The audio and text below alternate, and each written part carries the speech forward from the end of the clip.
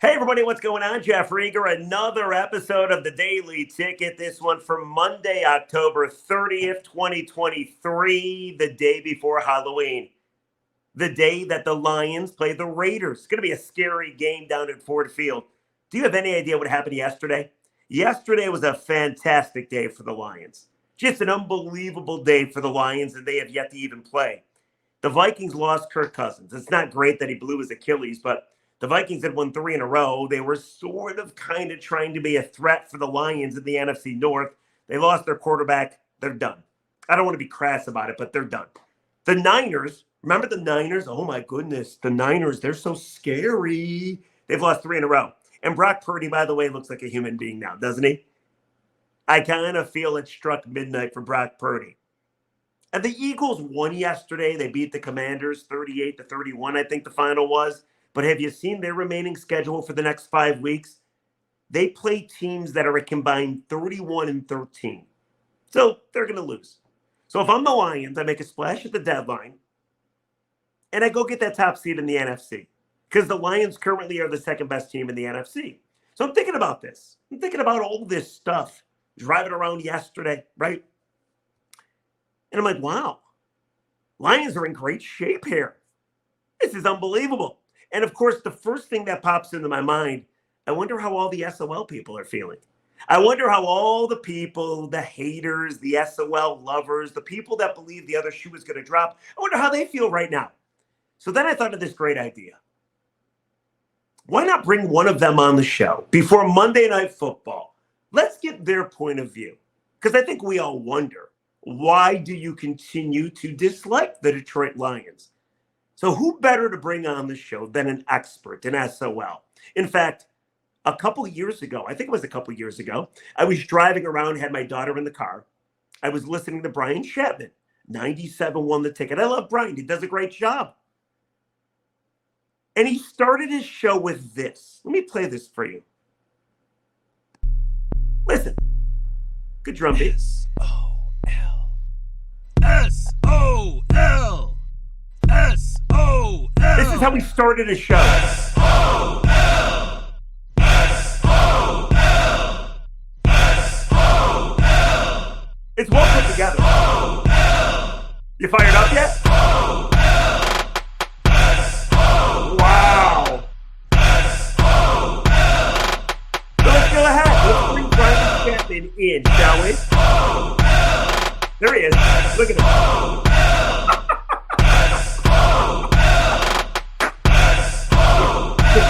Look how you like your hair, dude. Wow. How you doing, buddy? I'm doing well. Thank you for the introduction.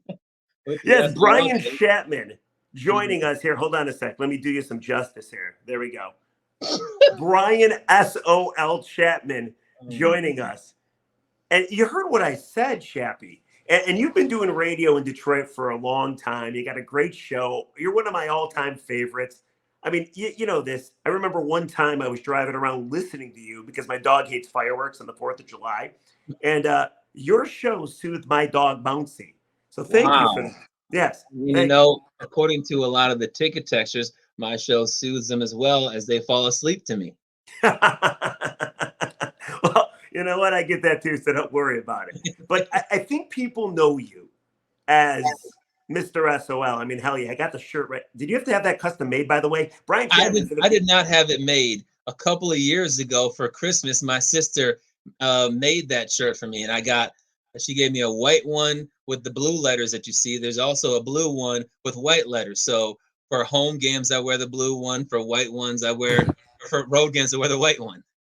What a gift. By the way, if you're listening to it, just the audio, not watching on YouTube, behind Brian, he's got a Tiger jersey on one side, and he's got an SOL shirt on the other side. It's all white with the SOL in Honolulu blue. So it's very nice. I didn't even know what it was when I first saw it. Like, I took the shirt out of the package. I was like, Soul, Soul, Soul. And she looked at me with these wide eyes like, you don't know what that means? How do you not know? Oh, okay.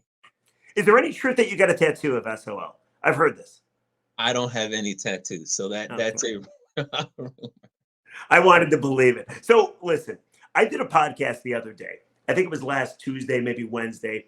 And my brother, Dave, you know Dave, he's a lot like you. He'll never admit it. I give you mad respect because you admit that you're an SOL believer and that you like it when the Lions lose. Dave loves the Broncos. He just had a big win against the Chiefs, by the way, but he'll never admit that he wants Lions fans to be miserable. You, on the other hand, you host radio in Detroit. You won't give up the SOL thing.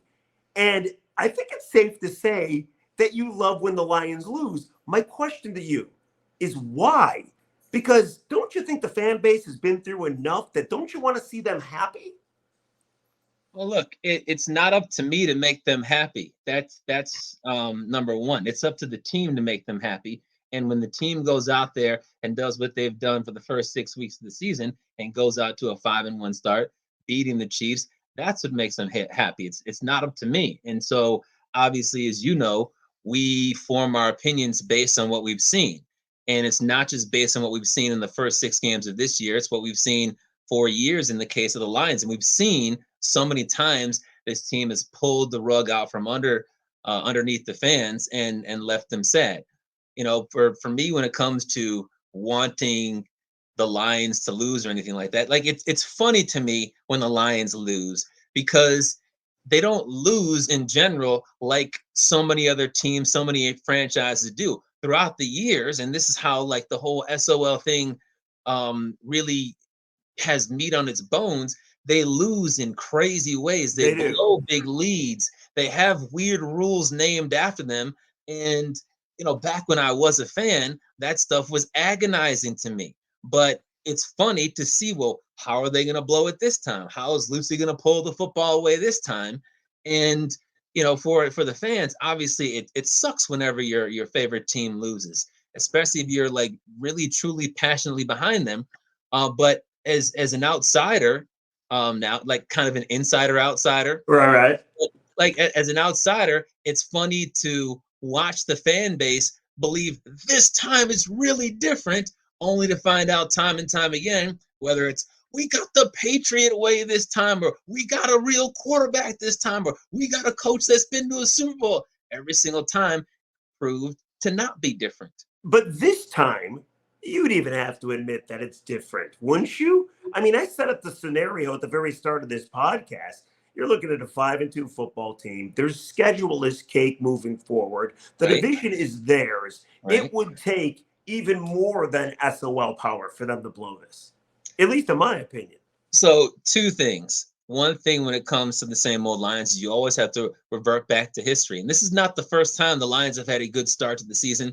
If you remember back in 2013, they had a 6-3 start to their season. 2011, they were 5-0. Right. Yeah. 2011, they were 5-0. They went 5-6 down the stretch, lost their playoff game. But in 2013, I think is a better representation of what people should fear with when they think it's all over. Because in 2013, they had a 6-3 start to the season, and Jay Cutler was hurt, and Aaron Rodgers was hurt. The division was given to them on a silver platter, as it appears to be the case this year, and they went 1-6 down the stretch. No, but Brian, It and was different that time. I hear what you're saying. Look, 2013, 2014, of course, they make the playoffs. They lose to Dallas. 2016, I love this site. 3 games remaining. They had to win 1 to win the division. They lost to the Giants and the Cowboys. And I remember coming on the air after they got to 9-4, and I said they're done winning football games this year. I was doing crosstalk. I was doing crosstalk with the late Jamie Samuelson, and he heard me saying, "I was like, I can't believe you're saying that." I was like, "No, they're done winning football games." Were they? Yes. What they were did done. Jamie say? He's like, "Yeah, I can't believe you're saying that. It's strange." I was like, "Look, they're going to lose to the Giants. They're going to lose to Dallas. They're going to lose to the Packers. They're frauds. They're phonies. And if they make the playoffs, they're going to lose." And they lost by 20 in the playoffs. Okay, but even you would be shocked if they don't win the division this year. Because this year, to be fair, those teams that you're talking about, 2013, 2011, 2016, you knew they had flaws. You knew what the flaws were. With this team right here, defense is better. I know what happened in Baltimore last week. I totally understand. The offense is a top 5 unit. I understand Jared Goff sucked in Baltimore last week. I get it. If they come out later on today and look like they did last week, then maybe you're on to something. But even you'd be surprised if they choked, if they SOL'd this one away, wouldn't you? They should win the division. I There wouldn't you be go. as shocked as everybody else. Like it's hard to find a pathway for them to not win the division. I mean, I It's was fail saying on my proof. show, Yes. yeah, I was saying on my show on Sunday night that if they get to 8 wins, they should be able to win the division. But I go back to 2013. There was no way they were going to go 1-6 down the stretch. They went 1-6 down the Okay. stretch. So what happened to you? What happened to you? What was the moment where you went, I love it? Because you're a lifelong Detroiter. Then you Right. went to Penn State, you got your Right. degree, you came back, you're doing Right. Detroit radio, you love Detroit sports, you love the Pistons, you like the Red Wings, you love the Tigers. I think you do. What the hell happened to you with the Lions? What was the moment where you just said, you know what? For the lack of a better word, fuck them.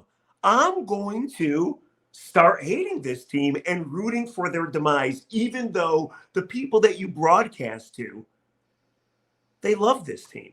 And every So time you're celebrating, they're dying inside. most of them are, but some of them think it's funny, just like me. It was a process. It wasn't like, all right, now I'm just turning. But back in 2005, if you remember, I was interning for 1270, the sports station, when you were there. That was when 97 won the ticket was only on AM 1270. And so I was interning for Doug Karsh's show with Art Regner. And during that summer, the Lions were going into the final year of the Matt Millen contract. And at that time, everybody knew that Matt Millen was the absolute worst GM, not just in the NFL, but in all the sports. But he had 1 year left on his deal. And everybody assumed that they weren't going to fire him. They would just let him ride the contract out and bring in a new GM. Instead, as you remember, they rewarded him with a Correct. 5 year contract extension. And at that Yes. time, I said, whoa, I need to take a step back because they are really like not just knee deep, but like nose deep in just a desire for failure if they're going to give the worst GM unequivocally in all of sports a 5 year extension. Additionally, at that time, I was still a college student. That was between my sophomore and junior year of college that happened. And so, being in Pennsylvania for college, I wasn't able to watch Lions games for the most part. The first couple of years, it killed me that on football Sundays, I couldn't watch the Lions. I could watch the Eagles, or I could watch the Steelers, or I could watch whatever national TV game was on, but it was never the Lions. Right. My junior and senior years, it just wasn't that big a deal. But I told myself when Millen got the extension, not that I was done with the Lions, but I said I refuse to attend another Lions home game until the year after they have a winning record. Their next winning record was in 2011. And by 2012, I was so far gone that it didn't matter. And so if they win, good for them. They're an interesting team. But if they lose, it's hilarious to me. And I'll tell you this, I was telling our boss this a couple of weeks ago Yes. that when Jimmy. I was a Lions fan, yeah, Jimmy, when I was a Lions fan, because they lost so much, and their games typically started at 1 o'clock. From 4 o'clock until midnight, I was down in the dumps and I was depressed until I went to sleep. But once I dumped the Lions and I stopped rooting for them from 4 p.m. to midnight or whenever I went to sleep on Sundays, I just felt better about myself. So now And so you're there's free. no reason to go back based on that. Okay, so let me ask you this, though. Be honest with me, okay? Moving forward, later on tonight against the Raiders, or after the bye week against the Chargers, or one of the multiple times they play the Vikings without Kirk Cousins, or the Bears without Justin Fields potentially, or the Packers with Jordan Love and they don't look good at all. Those games, you're rooting for the Lions to lose, right? Don't lie to me. You are rooting for the Lions to lose those games. And then you will go on Twitter or your radio show and you'll do some trolling.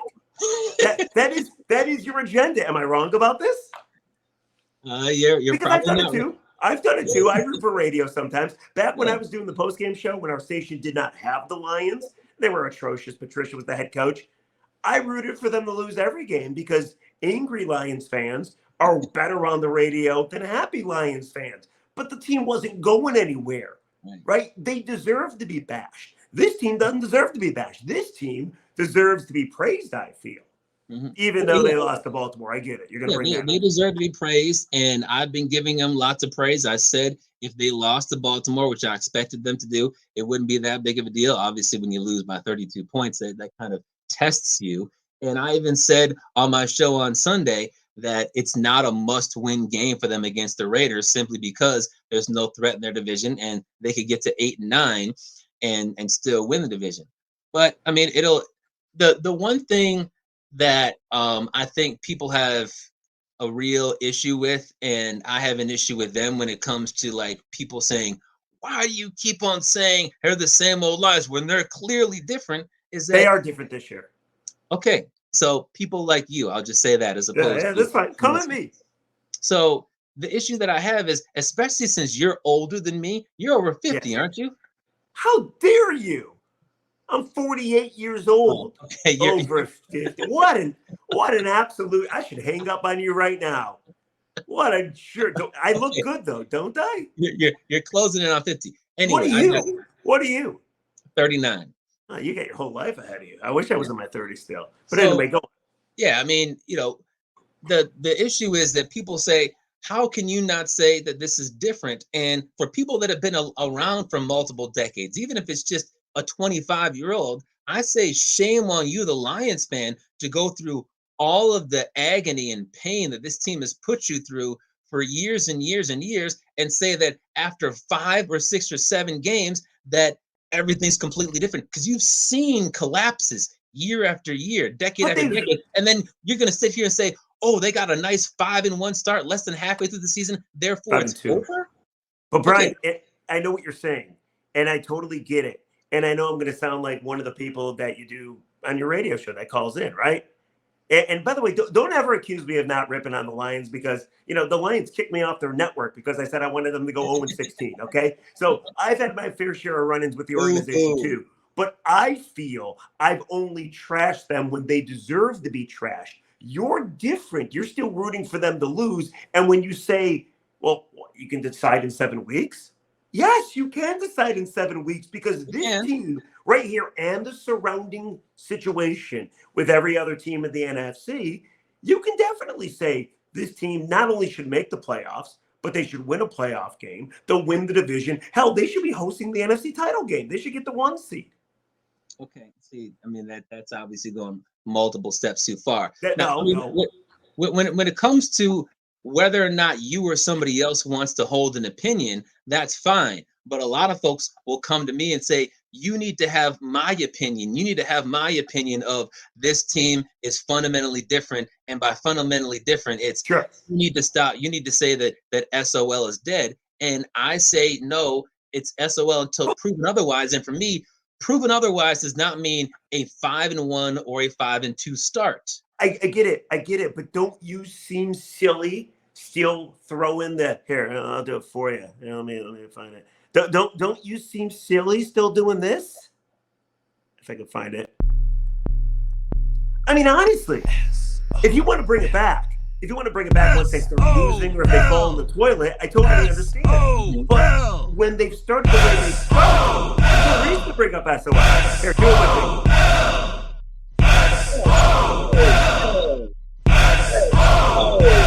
It's very catchy.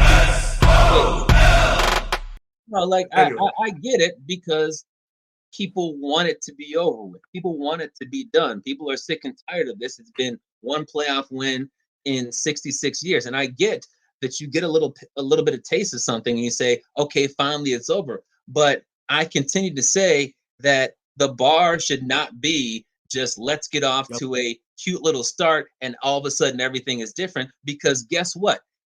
To earn the label, it wasn't just a cute little losing streak or a bad 5-year stretch. To earn the label of Save On Lions, what they did was disappoint fans for years at a time, and it was based on failure, A, to get to the playoffs consistently, and B, to win in the playoffs. So how dare any true one pride or Lions fan say that Same Old Lions is dead based on less than 50% of a regular season?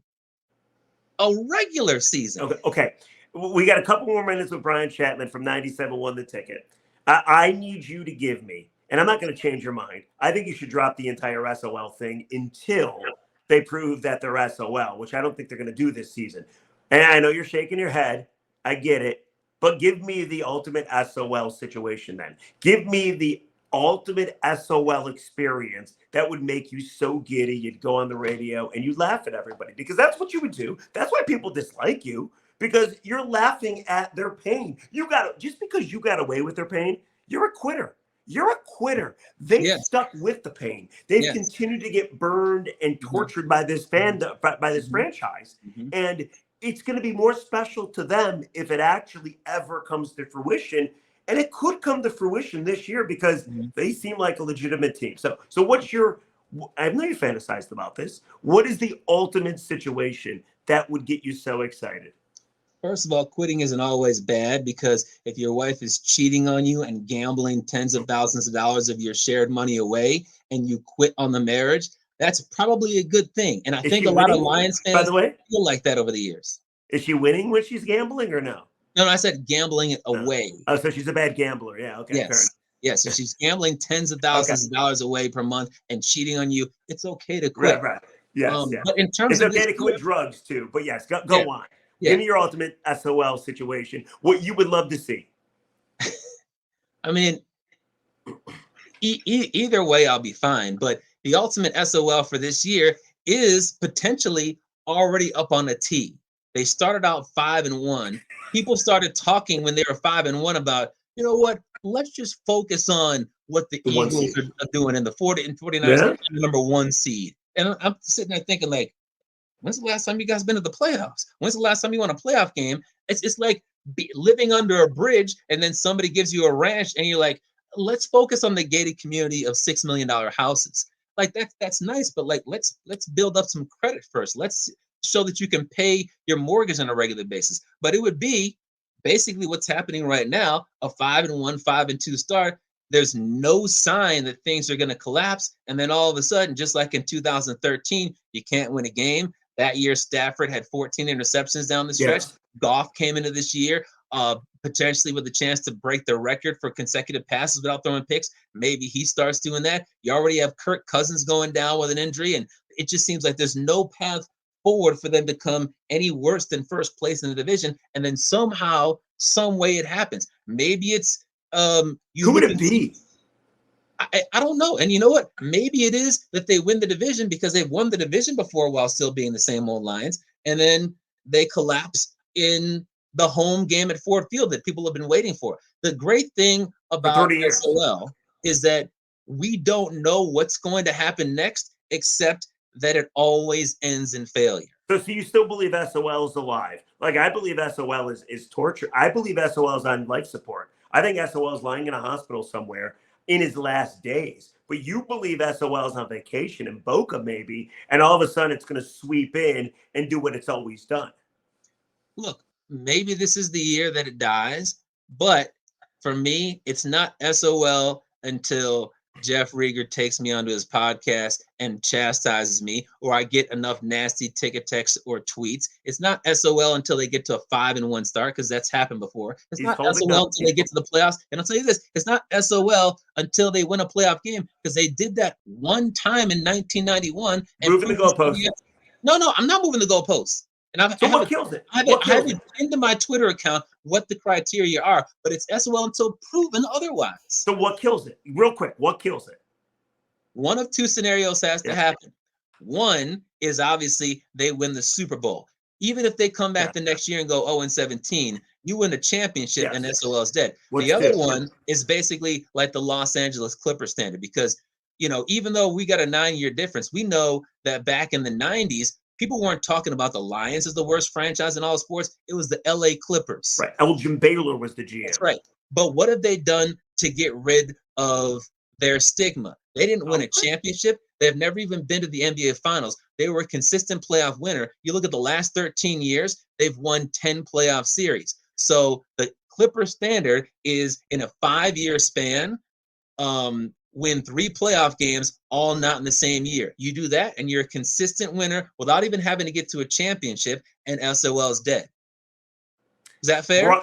Brian Chapman, I think it's ridiculous, but that's okay.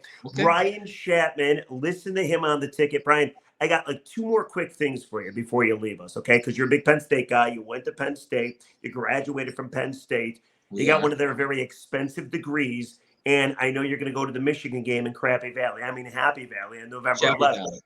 But that's good too.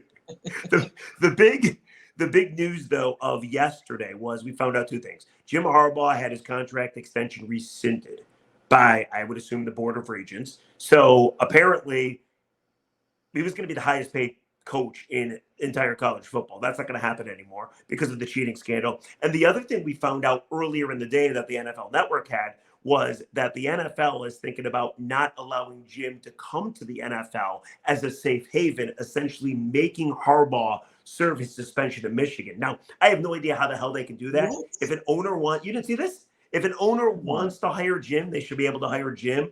I would assume Jim would sue. I would assume Jim would win. But those are the two little nuggets that I heard on Sunday. How deep to you is the sign stealing thing? Do you consider ridiculously cheating? And your Nittany Lions are about to play them. Yeah, I mean it's obviously cheating. I know that a lot of folks say that it's not that big a deal, and you still have to go out and execute, and that's right. Just like when Jose Altuve heard the banging of the trash cans and knew that a breaking ball was coming, he still had to hit it. But guess what? Very When you true. don't have to wonder if it's a fastball or a curveball or it's a changeup, and you know it's going to be a changeup, it's easier to hit that changeup or that fastball. And if you know that CJ Stroud is going to drop back to pass and he's not going to hand it off to Mayan Williams, it's easier to defend against that. So, yes, you still have to execute. Yes, you still have to have the players to be able to get it done. But when you have that advantage and the other team doesn't, what looks like potentially a 50-50 game going in, or what looks like a game where the Buckeyes should win by 7 or some other team might win by 7, can turn into a blowout. So, yes, it does matter. And as far as the Penn State game goes, all throughout the season, I didn't think that Penn State was going to beat Michigan. Certainly after the Ohio State game exposed what Penn State fans knew was a flaw, and that is that they have no explosiveness in their offense. I continue to believe that Penn State will not beat Michigan. And the only hope that I have is that, it's still college football and anything can happen. Look at what happened with Oklahoma over the weekend. Right. Not that great of a hope. Or Losing that to Kansas. yeah, exactly. Or that the sign stealing scandal is something that really gave Michigan an edge, and it's not something that a team like the Spartans could expose, but a better team like Michigan or a better team like Penn State could expose it on the road. Maybe that's the edge that led Michigan to beat Penn State 2 years ago on that Eric All drag route that still plagues my mind. All right. Well, I mean, yes, you get them in Chappie Valley, and you've had weeks to change up your signals. Do what TCU did. Leave your signals to be the same and have them be dummy signals. And then, Exactly. Michigan fell for it one time. I'm sure they'll fall for it again. All right. Here's what we do on the Daily Ticket. We love when people do the comments. So please comment, rate, review, download wherever you get your podcast. Make sure to watch on YouTube if you want to do that route. I always read a positive and a negative comment to end the Daily Ticket. And since you're here, you're no stranger to negative comments. I want to read one of each. You can respond to them, and then we'll call it quits. Okay. You good with that? Yeah. All right. So Friday's podcast was all about could the Big Ten come in and shut down Michigan's season? The longer we go with more outrage kick in, if more things come out, could the Big Ten come in, start an investigation and say, screw you guys, you're not playing for a national title. You're not even playing in the Big Ten title game. Sorry. So I did that podcast. The good comment was this. This is from Brian Van Kirk. Lots and lots of voices talking about this subject. Love your take and delivery on the subject. Can't wait for the next podcast. Thanks for your reporting. How about that? People love it. Now, is that Brian with an I or a Y? Let's see.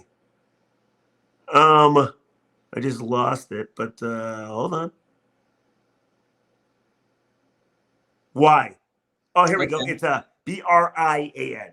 Okay, good. That means that his parents are literate. They know how to spell. You got great parents, Brian. Okay. And then the negative comment. Mm-hmm. This one's simple. This comes from PS Randy 1. All right. Okay. It just says, you hack. talking about me. It's a level 2 violation if they ever get it to it in the upcoming year. But it was actually thought to be a level 3 violation. But when you actually take it and turn it from a level 3 violation to a network of stealing signs where you're going to 40 games and you're scouting the Buckeyes 8 times, it turns into a lack of institutional control, which is a level 1 violation. And Michigan's already being investigated for a level 1 violation. So by my math, I didn't go to Penn State, but that's 2 level 1 violations, which means you could be looking at the death penalty, which, by the way, they don't give the death penalty anymore, but it's serious. I forgot the guy's name who called me a hack. So I think that guy's the hack. Yeah, I don't think they're going to have the death penalty as well.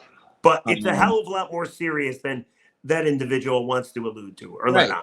Right. And actually, one of the things I was talking about on my show on Sunday was the stages of grief for not just Michigan State fans, but Michigan fans as they deal with this sign stealing scandal. And there were a few that were in the acceptance stage, but some of them are in the bargaining stage where they're going around blaming other folks. It's not that big a deal. Right. It's Ryan Day and his brother's fault. Yes, they're the one who ratted Michigan out. That's the latest. Anyway, Brian Chapman, I love you, buddy. You're great at what you do. I know you're rooting for the Lions to lose later on today. What's your The Lions are going to win and cover against the Raiders. And you're going to fucking hate it. I'll be fine. You're going to hate it. Let me ask you this. If let's say Lions. And I've already bet on the Lions. Oh, that's right. Brian Chapman, actually, before we go, and by the way, please, comment section below, what do you think of Brian Chapman? Kind of a loser to still be hanging on to this SOL thing, or do you kind of see his point? Maybe you're like him. Maybe you quit the Lions at some point in your life. Let me know, comment section below. Trust me, Brian will read every comment, and he'll respond to you himself. I'll bring him back on to talk about it. But you get the Lions to cover quickly, because we've been on way too long, over a half hour. So I appreciate your time. I don't want to take any more up. Yeah. Plus, I want to go watch Sunday Night Football. This is being recorded on a Sunday. I bet on that game. But Brian Chapman has this is ridiculous, a 12-leg parlay. 11 legs, I'm sorry, that he believes you should bet for later on tonight. Go ahead. Okay. Going to write these down. We're gonna recap it tomorrow on the Daily Ticket, see how many you got right. Okay. First quarter, Lions -1.5. Raiders team total under 18.5. Amon-Ra St. Brown over 85.5 yards receiving. You realize he's sick and he might not play, right? That's BS. If it was, that's one of those things where he would have been probable if it was like 5 years ago. He's playing. Okay, go on. Jacobs 50+ yards rushing. Okay. Goff under 270.5 yards passing. I like that. Gibbs under 70.5 yards rushing. Don't hate that. Under 52.5 total points, alternate spread or alternate over under. I got Lions -6.5, so almost the over under, or almost the 7.5. Mayer over 20.5 yards receiving. You got the greasy gloved gambler, aka Jackpot Jameson Williams, under 25.5 yards receiving, and Jimmy Garoppolo under 255.5 yards passing. Okay, so what is the odds on that? Plus 50,000. $1 gets you 500. $20 gets you $10,000 or a brand new car, or halfway there. And how much did you bet on it? Come on. It's a small amount. 20 or higher? A small amount. 50? What does 50 get you? I don't divulge that information. Everybody needs to. I don't want to pressure anybody to bet a certain amount. You got to bet what's comfortable. I bet what was comfortable for me. Jesus Christ. But it's plus 50,000. All right. I think, as Howard Stern will say, you've said it all. You've done it all. Brian Chapman, thank you. Listen to Brian Chapman on the Ticket when he's on the SOL shows. Follow Brian Chapman on Twitter. You see it on the scroll below. It's at BChapSports. Brian, thanks for coming on. We'll have you on again. A, if the bet hits. B, if the Lions crap the bed and you'll be happy. Or C, this is what I hope happens. The Lions go to the Super Bowl and you'll be crying. So thank you, Brian. I appreciate it. Thanks for having me, Jeff. The great Brian Chapman. Tomorrow, we'll join you on the Daily Ticket. We'll have a full recap of Lions and Raiders from Ford Field. Have a great day, everybody. Enjoy your Monday. Who knows? Maybe Harbaugh will be fired by this time tomorrow. Thank you, Brian. Goodbye.